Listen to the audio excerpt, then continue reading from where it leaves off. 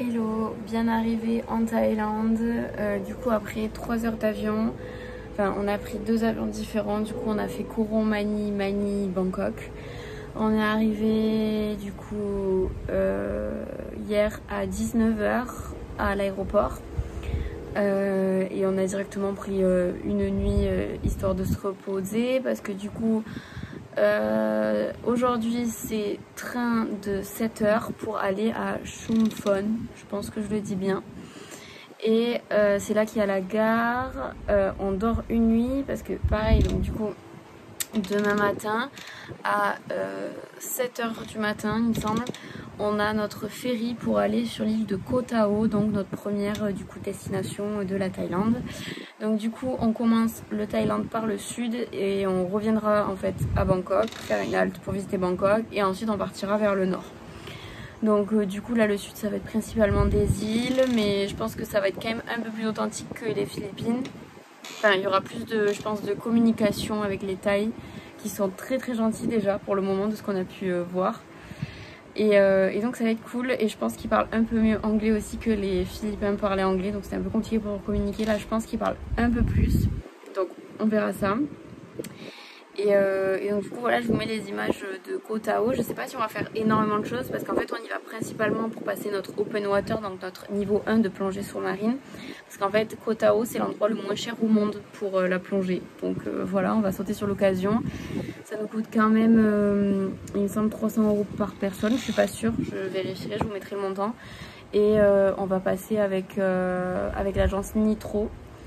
C'est principalement des Espagnols, donc il me semble qu'on a on aura les classes en français, mais après dans l'eau ce sera en espagnol, ce qui est pas un souci puisque sous l'eau on ne parle pas. Et donc ça va être trop chouette parce qu'on a adoré ça et on veut devenir des pros de la plongée pour pouvoir plonger partout dans le monde. Donc du coup ça va être trop cool. Apparemment on peut voir plein de choses dans l'eau, donc du coup je vous montre tout ça en vidéo.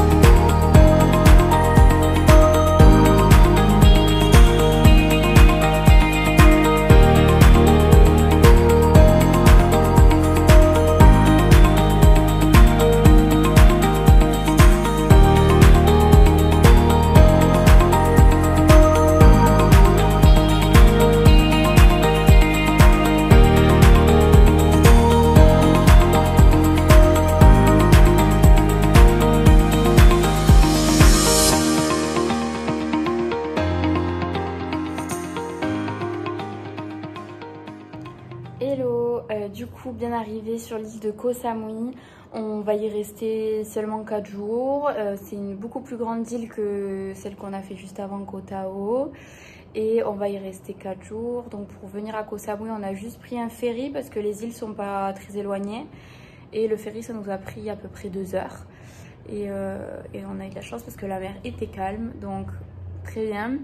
Et donc on est arrivé, oui, à Koh Samui. Au programme ça va être beaucoup de repos parce qu'il n'y a pas non plus 10 000 choses à faire sur l'île. Il y a quelques points de vue, il y a des temples et les plages.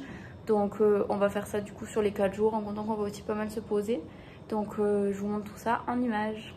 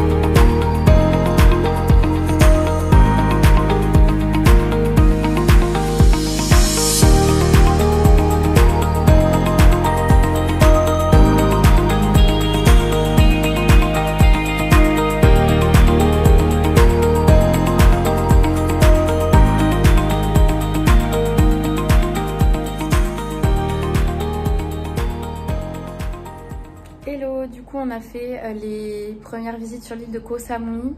Il nous reste plus qu'un jour, donc demain ça va être juste plage tranquille. Et après nous partons du coup pour Krabi. Mais du coup pour le moment là on a fait, du coup comme vous avez pu voir, les temples. C'était vraiment magnifique, c'est nos tout premiers temples en Thaïlande. Et moi il me tardait beaucoup de les voir parce que c'est super intéressant, leur culture, tout ça. Et donc du coup on a fait 2 temples différents et c'était vraiment très joli, très coloré, beaucoup de fresques, de Bouddha partout, tout ça, de divinités, tout ça, donc très intéressant. Et du coup au fur et à mesure de la vidéo, de toute façon comme vous avez pu voir, je vous explique un petit peu l'histoire. Mais c'est une culture très intéressante et puis de toute façon 90% de la population thaïlandaise est hindouiste. Et ensuite, il y a 10 autres % du coup, soit de chrétiens ou de musulmans. Donc voilà, et ça dépend aussi des parties où on se trouve en Thaïlande. Donc voilà, et les plus beaux temples, ce sera au nord, quand on ira au nord de la Thaïlande. Donc il nous tarde de voir ça.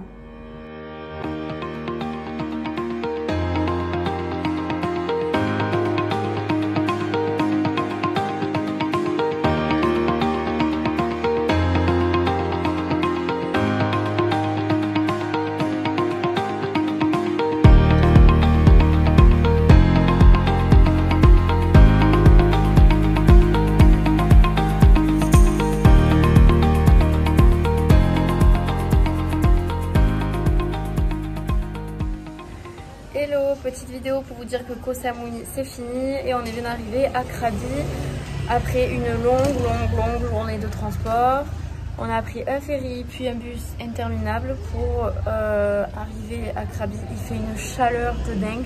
On est là que 4 nuits, 3 nuits, 4 nuits. On est là 4 nuits et il fait 35 degrés et on n'a pas de clim. On est sous ventilo.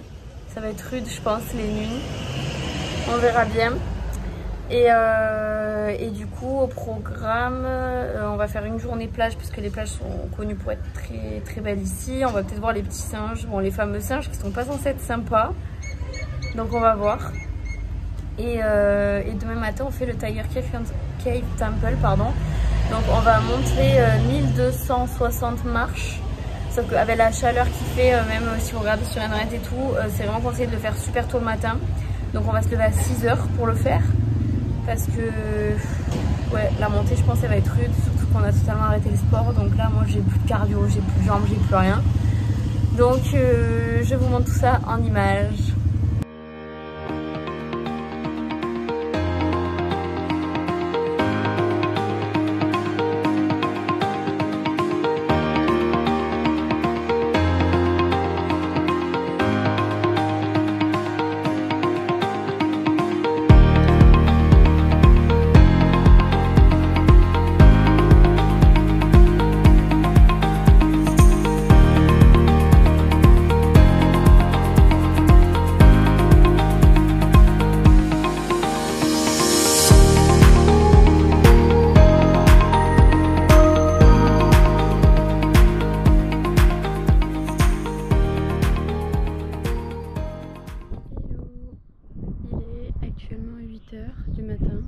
On s'est levé ce matin à 6 h pour pouvoir monter le Tiger Cave Temple à Krabi.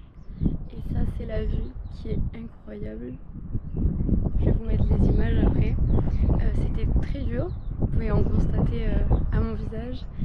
Et je crois qu'il y avait, je vous dirai exactement le nombre de marches qu'on a montées parce qu'en fait on monte tout à pied via des escaliers. Et ben ça faisait bien longtemps qu'on n'avait pas fait de rando ou de choses comme ça avec Nico. Je suis morte. Mais après l'effort, le réconfort quoi. Franchement il n'y a pas plus beau. C'est magnifique. Il y a Big Buddha là-bas. Et vous avez Krabi, la ville et les montagnes.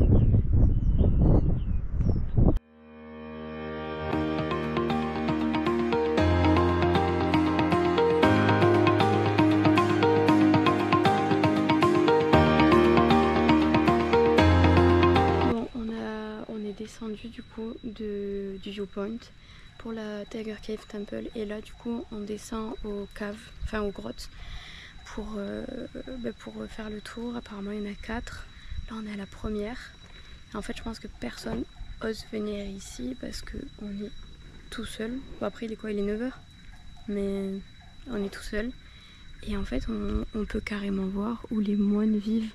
Parce que là il y a leur petite maison avec leur petite robe orange étendue. C'est totalement dans la forêt, genre juste des petites cabanes. Le strict nécessaire. Là il y a les petites tenues. Là il y a la grotte avec Bouddha du coup. Et là-bas leur cuisine qui est dehors. Bon là-bas il y a l'accès aux autres caves qu'on va faire après. Et là-bas il y a une machine à laver. Voilà.